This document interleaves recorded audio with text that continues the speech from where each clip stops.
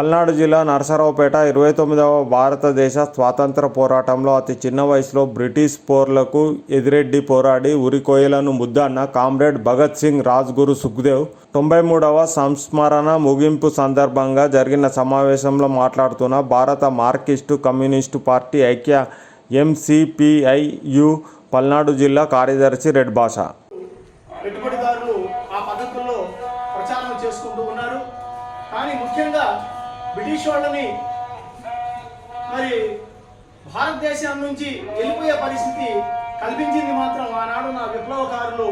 Gaddar party కానివ్వండి, వీడు భగత్ సింగ్ రాజ్గురు సుఖదేవ్ ఈ పద్ధతుల్లో అనేకమైన ప్రాంతాల్లో కూడా ఈ రకమైన పద్ధతుల్లో మరి విప్లవాత్మకమైన పద్ధతుల్లో పోరాటాలు కూడా ఆనాడు జరిగింది. మరి ముఖ్యంగా ఆనాడు కేవలం శాంతియుతమైన పద్ధతుల్లోనే జరుగుతూ స్వాతంత్ర పోరాటం ఉద్యమం ఊపందుకోని పరిస్థితుల్లో మరి భగత్ సింగ్ ఆనాడు దీన్ని ఏదో రకంగా కానీ బ్రిటిష్ వాళ్ళు కనువిప్పు కలిగించాలి, భారతదేశంలో స్వాతంత్ర పోరాటాన్ని ఉవ్వెత్తున తీసుకురావాలనే ఒక ఆలోచనతోటే ఆనాడు వీళ్ళు పార్లమెంట్లో బాంబు విసరడం, అదే పద్ధతుల్లో మరి వాళ్ళు తప్పించుకొని వెళ్ళిపోవడానికి అవకాశాలు ఉన్నప్పటికీ కూడా నేను ఈ రకంగా వెళ్ళిపోతే మరి ఇదేమో ప్రచారం సరిగా జరగదు, కాబట్టి ఏదన్నా కానీ నేను ఇక్కడే ఉండి ఇది ఎక్కువ పబ్లిసిటీ కావాలి, ఈ రకంగా జనాల స్ఫూర్తి కలిగించాలనే ఆలోచనతోటే ఆనాడు భగత్ సింగ్ రాజ్గురు సుఖదేవ్ గారు ఆ రకంగా పార్లమెంట్లో ఈ బాంబు వేసిన తర్వాత కూడా తప్పించుకోకుండా పార్లమెంట్లోనే మరి ఉండి బ్రిటిష్ వాళ్లకు దొరికిన తర్వాత మరి కోర్టు మా యొక్క అసలు మేము ఎందుకు బాంబు వేసాము, భారతదేశంలో బ్రిటిష్ వాళ్ళు ఏ రకంగా ప్రవేశించారు, ఏ రకంగా మాకు పాలకులు అయ్యారు అనేది ఆ జనాల్లో తీసుకురావాలనే ఆలోచనతో ఆ రోజు ఆ రకంగా తీసుకురావడం, పార్లమెంట్లో దీని గురించి వాదన కూడా చేయడం జరిగింది. ఇంకోటి ఏంటంటే మహాత్మా గాంధీ మరి భగత్ సింగ్ ఉరి శిక్ష రద్దు చేయాలి అని చెప్పి ఒక ప్రతిపాదన పెట్టేమాటైతే బ్రిటిష్ వారి దగ్గర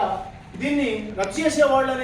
అని చెప్పి ఆ రకంగా కోరలేదు కాబట్టి ఈ రకంగా ఉరి తీయడం జరిగిందనేది ఒక ప్రచారం ఉంది. కానీ గాంధీ తన యొక్క జీవిత చరిత్రలో